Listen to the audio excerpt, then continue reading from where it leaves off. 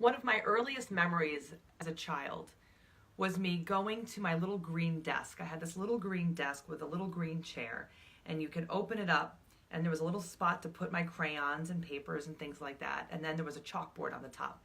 And I loved to sit at this desk. There's all these pictures of me at this desk.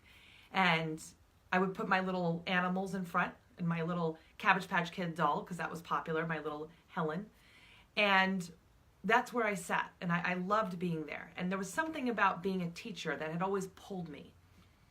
When I got to high school, I remember watching, I think it was Wayne Dyer, and I was flipping through the channels, and I saw Wayne Dyer, and I was listening to him talk, and I was like, wow, you know, to inspire people, to be able to speak so eloquently in front of others, I would love to be a motivational speaker.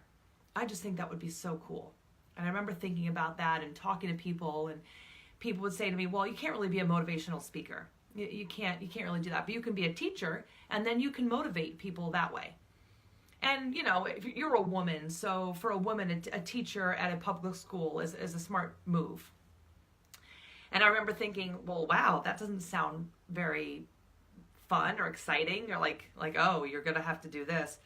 And I was like, okay, fine. So I remember going to school, and I was kind of between becoming a teacher, kind of wanted to be an English teacher at the time. And then the other part was psychology. And I got to the school, and I was like looking at the different path. Literally, it was go this way or go that way.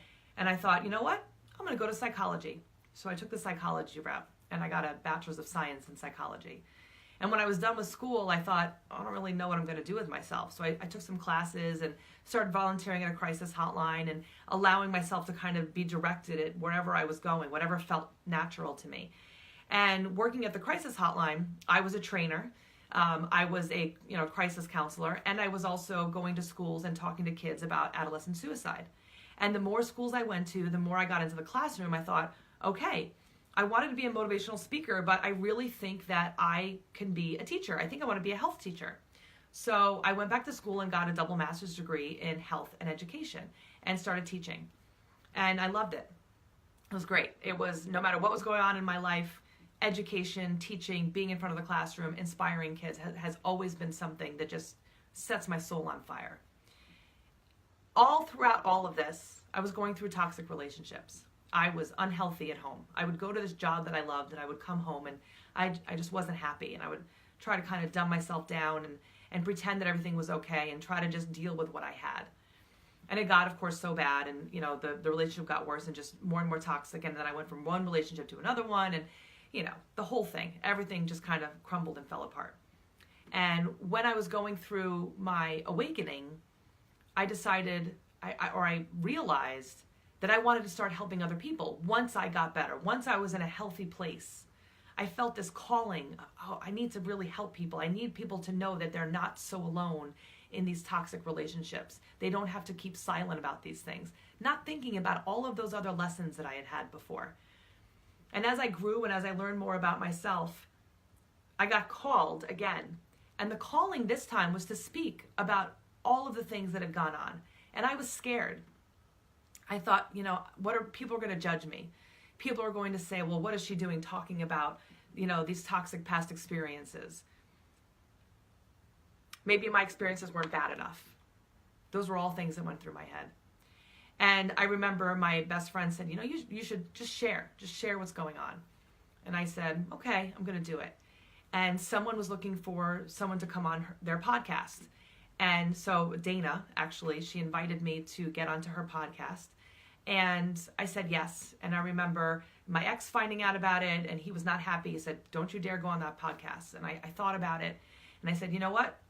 I'm going to do it. I'm just going to do it. I'm going to share my story. I'm going to share what went on, and I'm going to not hold anything back. And I'm tired of holding in the secrets. I'm tired of trying to make other people feel good and pretend like everything was okay for me. I'm just going to share. And I did.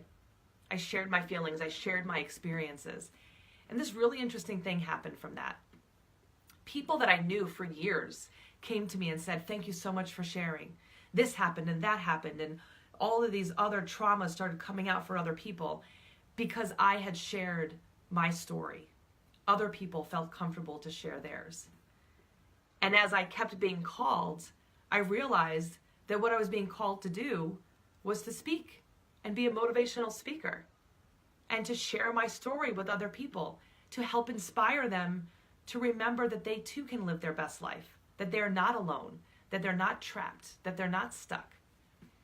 And I was thinking today, the universe really works in strange ways.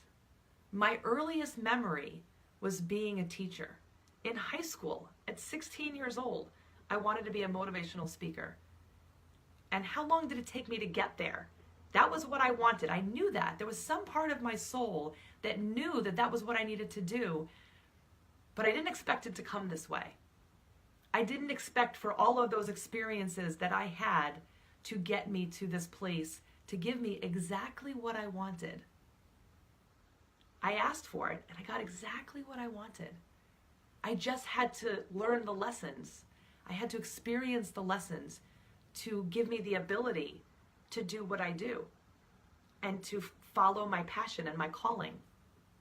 So my question to you is, what things have you experienced in your life that you can see as a lesson that can help bring you in the direction of your calling? What are the earliest memories that you have as a child that you wanted to do with your life? What are some things that you can take from that and help give back? Help others. Solve a problem that needs to be solved for somebody else. And not for free, and not for forcing it on them, but just what knowledge that you have that others need. It's like the key in the lock or the puzzle pieces that fit together. We are all puzzle pieces for each other. We're looking for the right fit of where we're trying to fit in.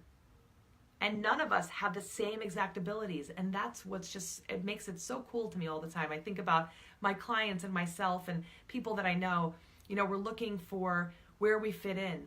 And we're all so different. We're not supposed to be comparing ourselves to anybody else because your puzzle piece is different from my puzzle piece, and those work really well together. Start thinking about what it is that you were put on this planet to do, and start taking the steps to get there. Start following the signs that the universe has given you. Learn those lessons, and you can start creating your best life now.